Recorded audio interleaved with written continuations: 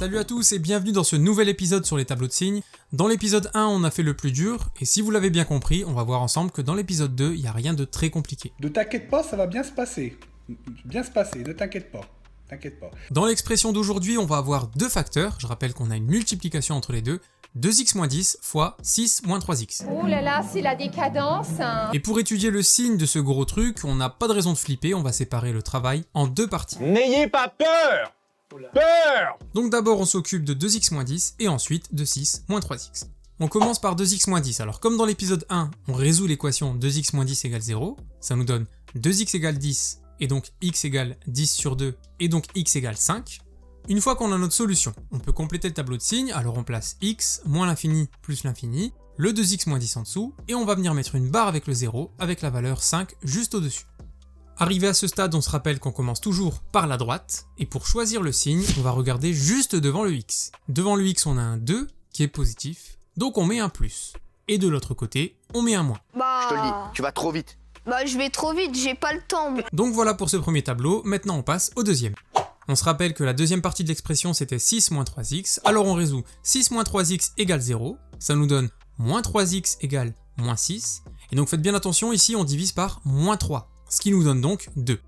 Alors faites bien gaffe à diviser par moins 3 à ce moment-là, parce que sinon votre solution c'est le mauvais signe, c'est faux, et pour la suite c'est foutu. Voilà, mais c'était sûr en fait! C'était sûr! On complète maintenant le tableau de signes, on place x moins l'infini plus l'infini, 6 moins 3x en bas, on vient placer la barre avec le 0 et juste au-dessus on met la solution 2 qu'on a trouvé juste avant.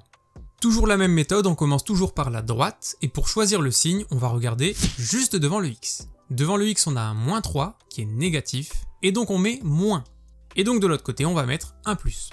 Et maintenant qu'on a séparé le travail, on va pouvoir superposer nos deux tableaux de signes. Qui est-ce qui écrit des trucs pareils? Mais c'est immonde! Donc de la même manière on va placer notre x moins l'infini plus l'infini. En dessous, on met dans l'ordre qu'on veut 2x moins 10 et 6 moins 3x, vous pouvez les mettre au-dessus, dessous, c'est pareil. Et tout en bas, on va mettre le produit, la totalité de l'expression, 2x moins 10 fois 6 moins 3x. Alors maintenant, si vous voulez pas tomber dans le piège dans lequel on voit les élèves tomber depuis des années, faites attention quand vous placez vos deux solutions, 2 et 5, vous les mettez bien dans l'ordre, du plus petit au plus grand. Bah ouais, logique. Et maintenant que tout est bien placé, on va pouvoir compléter. Alors pour le 2x moins 10, le 0 c'était pour x égale 5. Et on avait trouvé d'abord moins, et ensuite plus. Et pour le 6 moins 3x, le 0 c'était pour x égale 2, et on avait d'abord trouvé le plus, et ensuite moins. Alors une petite parenthèse maintenant, juste avant de continuer. Alors attendez, je vous ai pas dit. Dans l'expression 2x moins 10 fois 6 moins 3x, si 2x moins 10 vaut 0, alors toute l'expression vaut 0. Et pour 6 moins 3x c'est pareil, si ça vaut 0, c'est toute l'expression qui vaut 0. Ah, ça c'est sûr. Et donc lorsque 6 moins 3x vaut 0 ici, alors on descend le 0 pour indiquer que toute l'expression vaut 0.